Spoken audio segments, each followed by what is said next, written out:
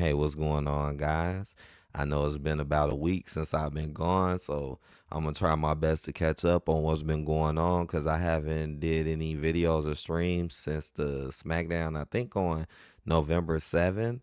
So I haven't done the last Raw or yesterday's SmackDown. So let me go ahead and go over this Raw for November 10th. Now, out the gate, I will say that this Raw was a little better than your normal Raw. I ain't gonna lie, this Raw did actually have my attention and my focus for a while, which hasn't happened in a while. So I will say that, but I will also admit there are some things that I still did not like or just don't agree with, or I feel like it's just awkward or just weird. So I'm definitely try my best to go through this and let y'all know because this one was a little better though overall. But no, actually not overall. But I'm gonna go through it and I'm gonna think about it. Okay, first we got John Cena challenge Dominic Mysterio. Now, one thing that I did not kind of like about this show is that this show was like extremely predictable. It seemed like every rumor that was said before this even happened was like right and correct. It's like crazy when the rumors get spread beforehand and then you see it right before your eyes. Like everybody was saying John Cena was going to be here tonight. Everybody was saying he's going to challenge Dominic, even though this is random.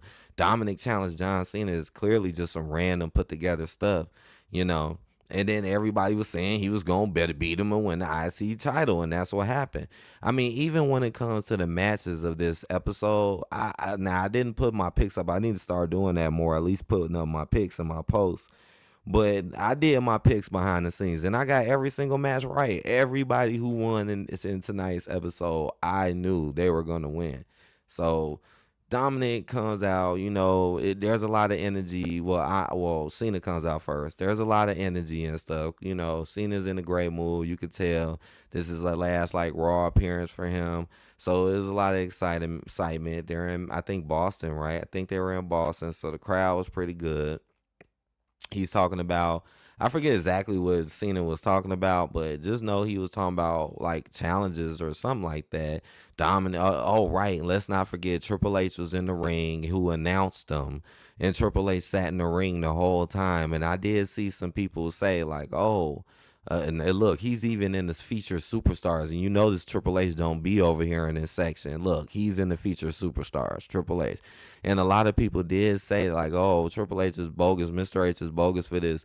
Because why is he still in John Cena's shine, and why is he taking the attention off of John Cena? And I agree. Like, why are you in the ring? Why are you just sitting there and standing there for no reason? Then Dominic and Cena have a damn promo with each other for really kind of no reason, in my honest opinion. This is just extremely random. And then all of a sudden, Mr. H is like, all right, we're going to do it right here, right now. We're in Boston. This is this. We're going to do this. This is now. Let's fight. This is Mr. H. The game. Let's do it. We'll do it here tonight. Boston. Belt on the line, Dominic. Now, I also don't like, why is Dominic losing the title to John Cena though? I don't, and why does John Cena care about an IC title? Like John Cena should be caring about bigger shit. I mean, you was just holding the world title for like 5 6 months. Now all of a sudden he cares about an IC title. Talk about a downgrade. And then again, Dominic, man, had this title for a long time. He defended it a good amount of times. Why is he losing to someone who we know is not going to be here? So, like, why is he losing his title? All of that time, all of them title defenses, just to lose it to someone who's probably going to lose it, like, within the next PLE or so. Come on, man. I mean, did I like the match? Yeah, I did like to see these two go at it. Don't get me wrong. It was still kind of exciting, so don't get me wrong. I mean, John Cena did win, so he got the IC title, so it was like a big emotional moment. This took up like damn near 45 minutes of the show. This and that match alone. I mean, it was something to see. Don't get me wrong, but there are just some awkward things about that. Like, I kind of feel bad for Dominic because it's like, dang, you couldn't even really lose your belt to like a up and coming star or at least somebody who was in a feud with you. You literally just lost your belt just like that to a John Cena who just who who just lost his belt just like that, like to a Cody Rhodes. Like, this is crazy. John Cena defeats. Oh, well, okay. Now they say he defeated him. Yep, he beat him. I'm like I said, the match wasn't too bad though.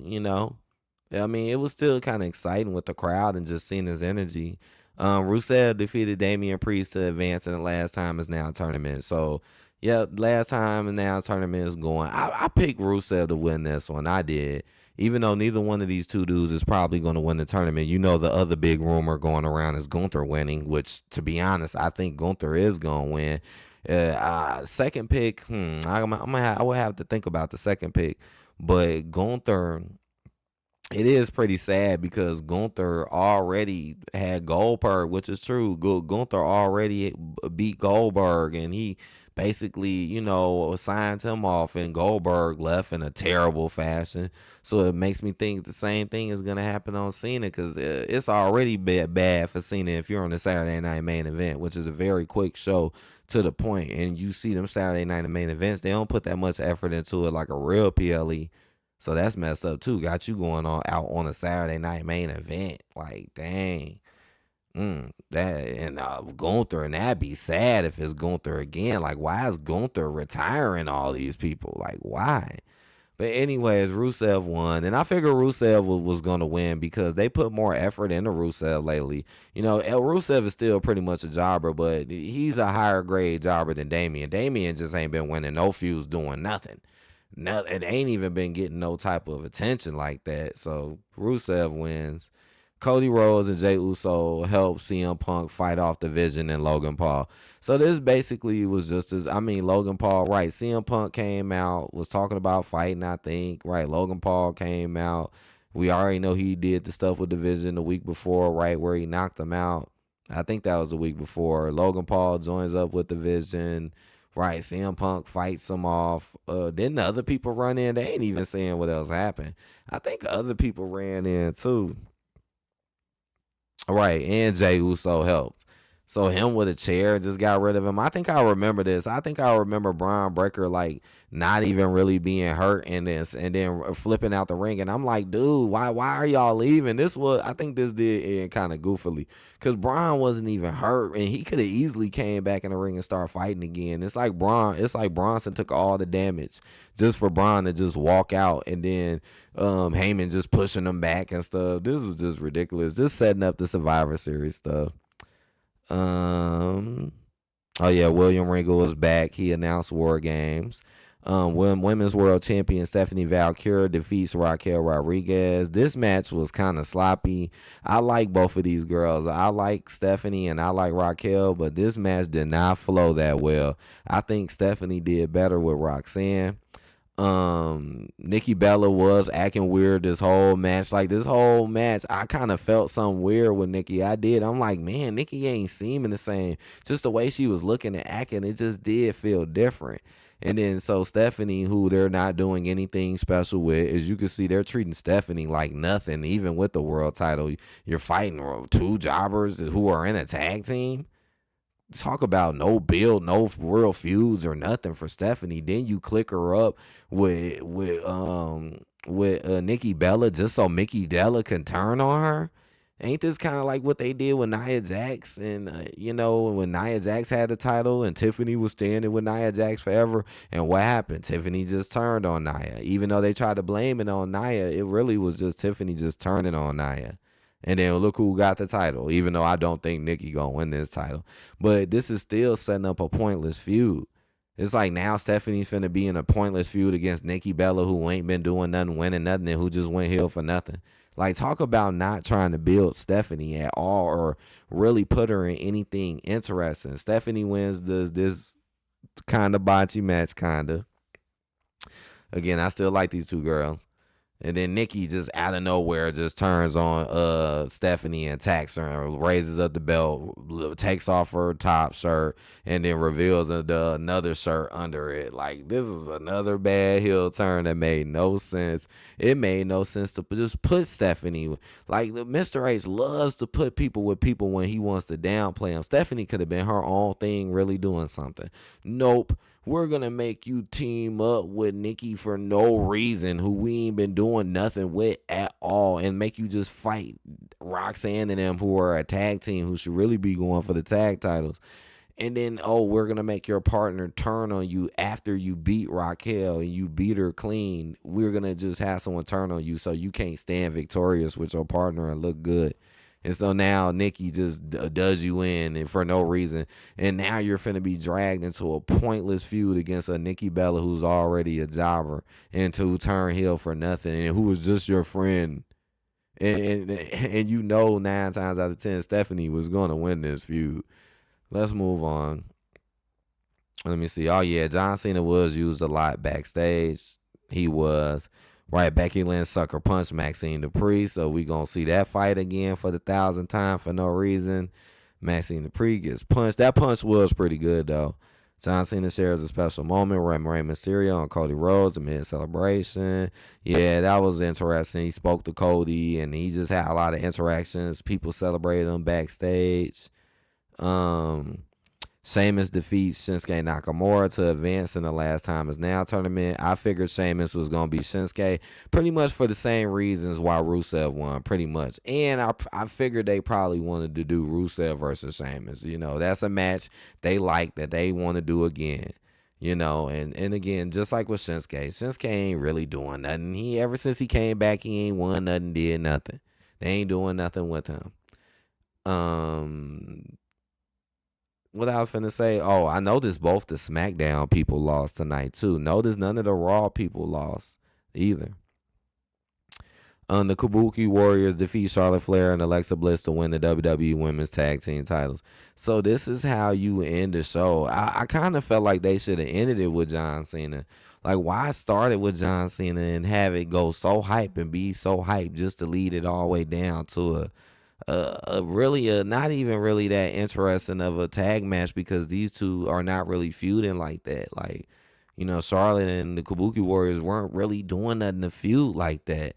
And then they just got tag title shots just out of nowhere. Nothing really was going on too much for it. They was in a lot of singles matches, and then both of these teams, and then magically they like, oh, let's have a tag match.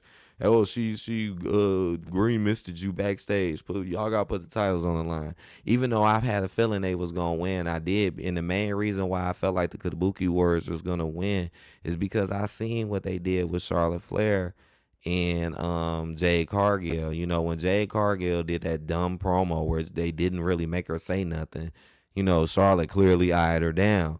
You know they did Bianca Charlotte, so I'm like, oh, they probably gonna do Charlotte Jade. You know, they made it pretty obvious when Jade walked past Charlotte.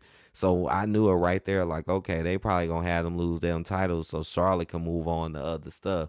Don't know what they gonna do with Alexa, but Charlotte probably will be going back for that main title. So Kabuki Warriors win. They're the new tag champions. Get ready for another terrible tag run. You already know the Kabuki Warriors are not going to be doing anything special with them. This is just, I don't understand. Well, this is just a weird main event. That's how you knew they was going to lose too, because it's in the main event. But yeah. And then afterwards, Rhea Ripley and Io Sky return to help Charlotte Flair and Alexa Bliss, right?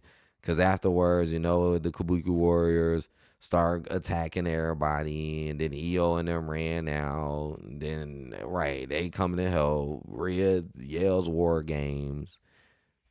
War Games! With a damn mask on. This damn War Game seems worse than the men's. Even the men's seems kind of questionable. This one seems definitely worse because this looked like a damn copy, almost repeat of the last War Games. The last War Games was all about Rhea running things and doing shit. Io, her best friend, for no damn reason, really. Again, Alexa just thrown in. Charlotte just thrown in. And this women's War Games just does not seem appealing at all. The men seem a little bit more appealing, but even the men's, it doesn't seem that great how they're just throwing it together. But the women's is like, whoa, this is just like last year all over again. War Games. But and then here we go. More than likely, Rhea's team gonna win anyways. Like, then they put Bianca and Rhea on the same team last year. But All right, I hope y'all enjoyed this. Please hit that like button, comment, subscribe if you're new. I'm trying to catch up. Here's the raw review. This episode was a little better than normal, so I guess I'm gonna have to give it a 4. I don't really want to give it a 5 though. I don't, because there was a lot of stuff that still didn't make that much sense or wasn't that great to me. But I'll give it a 4 just because of the theatrics and the hype and the slight entertainment, and they actually did hold my attention for a while. So you get a 4 out of 10. So I hope y'all enjoyed this episode. Please, please hit that like button. Let's get this in the algorithm, guys. Much love, and I'll see you later. Peace out.